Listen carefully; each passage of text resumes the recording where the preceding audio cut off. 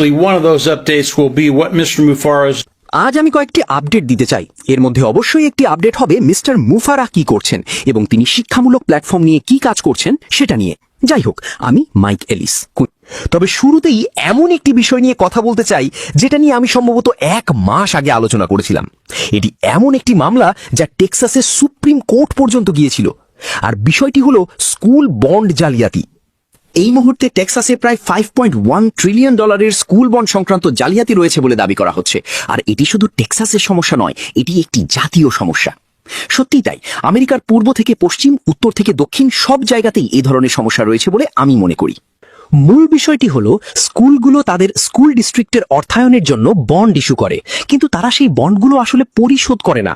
যখন একটি বন্ডের মেয়াদ শেষ হয়ে যায় তখন তারা সেটিকে নতুন আরেকটি বন্ডে রোল ওভার করে দেয়, অর্থাৎ পুরনো বন্ডের টাকা পরিশোধ না করে নতুন বন্ড তৈরি করা হয়। আমার মতে এটি মূলত একটি পঞ্জি স্কিমের মতো একটি চক্রাকার ব্যবস্থা। আর তারা এটি কিভাবে করে? তারা আপনার সম্পত্তির উপর আরোপ করা ট্যাক্সের হার বাড়িয়ে দেয়। আপনার সম্পত্তি বাণিজ্যিক হোক বা আপনার নিজের বাড়ি, যাই হোক না কেন, তারা সম্পত্তি কর বাড়াতে পারে। এর ফলে একটা সময় কি হবে, শেষ পর্যন্ত তারা অন্য মানুষের টাকা ব্যবহার করার সুযোগও হারিয়ে ফেলবে। অর্থাৎ একসময় আপনি আর সেই বাড়তি সম্পত্তি কর দিতে পারবেন না, কিন্তু তারা তখনও নতুন বন্ড ইস্যু করতে থাকবে এবং কর বাড়াতে থাকবে।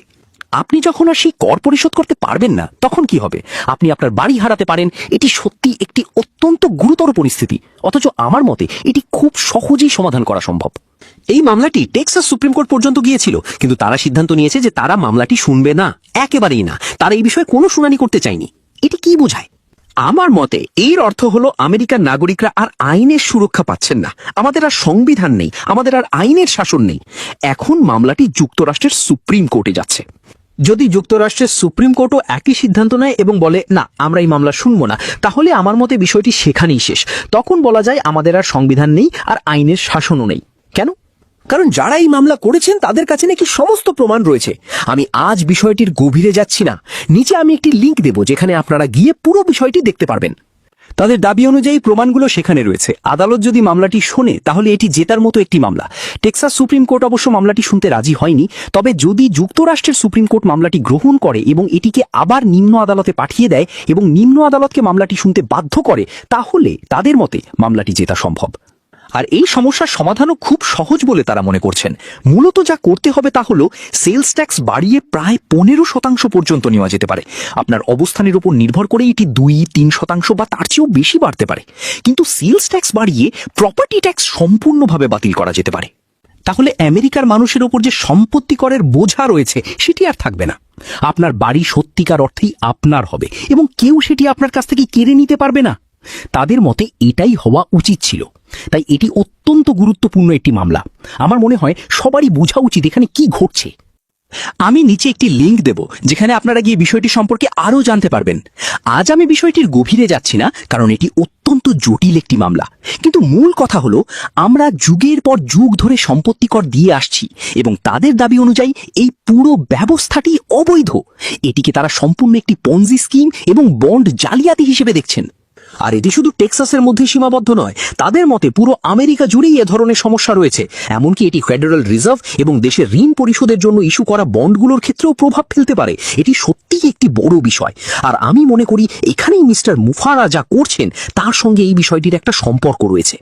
আবারও বলছি, আজ আমি বিষয়টির গভীরে যাচ্ছি না, কিন্তু মিস্টার মুফারা এমন কিছু করছেন যা আমার বিশ্বাস সময়ের সঙ্গে সঙ্গে মানুষকে সত্যিকার অর্থে স্বাধীন হতে সাহায্য করবে।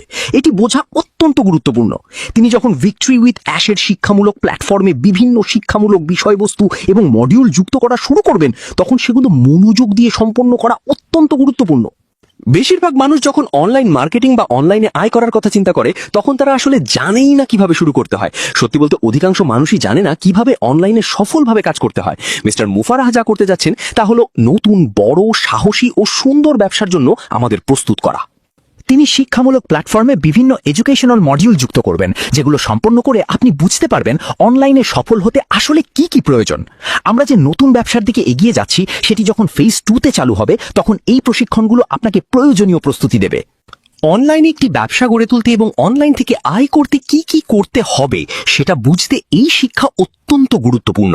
তাই আমি যখন সরকারের বর্তমান পরিস্থিতির দিকে তাকাই তখন অনেক কিছুই বিশৃঙ্খল মনে হয়। কিন্তু যখন আমি দেখি মিস্টার মুফারা কি করছেন, সৎভাবে, পরিষ্কারভাবে এবং নৈতিকতার সঙ্গে কাজ করছেন, সঠিকভাবে এআই ব্যবহার করছেন, এমন এআই নয় যা মানব জাতিকে ধ্বংস করতে চায়, তখন আমার মনে হয় আমরা সত্যিই একটি ভালো অবস্থানে আছি। আমি বিশ্বাস করি আমাদের প্রত্যেকের সামনে এগিয়ে যাওয়ার একটি পথ তৈরি হতে যাচ্ছে। হয়তো আপনার মনের গভীরে এমন কিছু স্বপ্ন আছে যা আপনি কখনো কাউকে বলেননি, কারণ স্বপ্নগুলো হয়তো আপনার কাছে এতটাই বড় বা অসম্ভব মনে হয়েছে যে আপনি সেগুলো কাউকে বলতেও সাহস করেননি। কিন্তু মিস্টার মুফারহা আমাদের যে জ্ঞান ও দক্ষতা দেওয়ার চেষ্টা করছেন, তার মাধ্যমে আমরা সেই স্বপ্নগুলোকে বাস্তবে রূপ দেওয়ার সুযোগ পেতে পারি। আমি মনে করি আমরা সত্যি খুব ভালো একটি অবস্থানে আছি। আপনি যদি ভিক্টোরি উইথ অ্যাশের ব্যাক অফিসে যান, তাহলে সেখানে মিস্টার মুফারাহর দেওয়া সর্বশেষ নোটটি দেখতে পাবেন। সেখানে বলা হয়েছে এটি একটি অত্যন্ত গুরুত্বপূর্ণ মাস, তাই আপনারা চোখ কান খোলা রাখুন। আর যখনই ভিক্টোরি উইথ অ্যাশে নতুন শিক্ষামূলক মডিউল আসবে, সেগুলো অবশ্যই সম্পন্ন করুন। বারবার বলছি, মডিউলগুলো সম্পন্ন করুন। আমি বিশ্বাস করি এগুলো আপনাকে অনলাইনে একটি ব্যবসা গড়ে তোলার জন্য প্রয়োজনীয় দক্ষতা এবং আত্মবিশ্বাস দেবে। আজ আমি খুব সংক্ষেপে এই দুটি বিষয় নিয়ে কথা বলতে চেয়েছিলাম। আমরা বর্তমানে এমন একটি সময়ের মধ্যে আছি যেখানে মিস্টার মুফারা আমাদের জানিয়েছেন আমরা যে অবস্থানে পৌঁছানোর জন্য এতদিন অপেক্ষা করেছি, সেই সময়টি এখন খুব কাছাকাছি। আপনি যদি তার সর্বশেষ নোটটি পড়েন, তাহলে বুঝতে পারবেন বিষয়টি কতটা গুরুত্বপূর্ণ। আমরা এমন একটি পর্যায়ে পৌঁছেছি যেখানে মিস্টার মুফারাহ খুব শিগগিরই আমাদের এমন কিছু বিষয়ের সঙ্গে পরিচয় করিয়ে দিতে প্রস্তুত, যেগুলো হয়তো আপনি আগে কখনো কল্পনাও করেননি। আর এগুলো আপনাকে এমন একটি পথ দেখাতে পারে যার মাধ্যমে আপনি স্বাধীনতা ও মুক্তি অর্জনের পাশাপাশি একটি শক্তিশালী আর্থিক ভিত্তি তৈরি করতে পারবেন।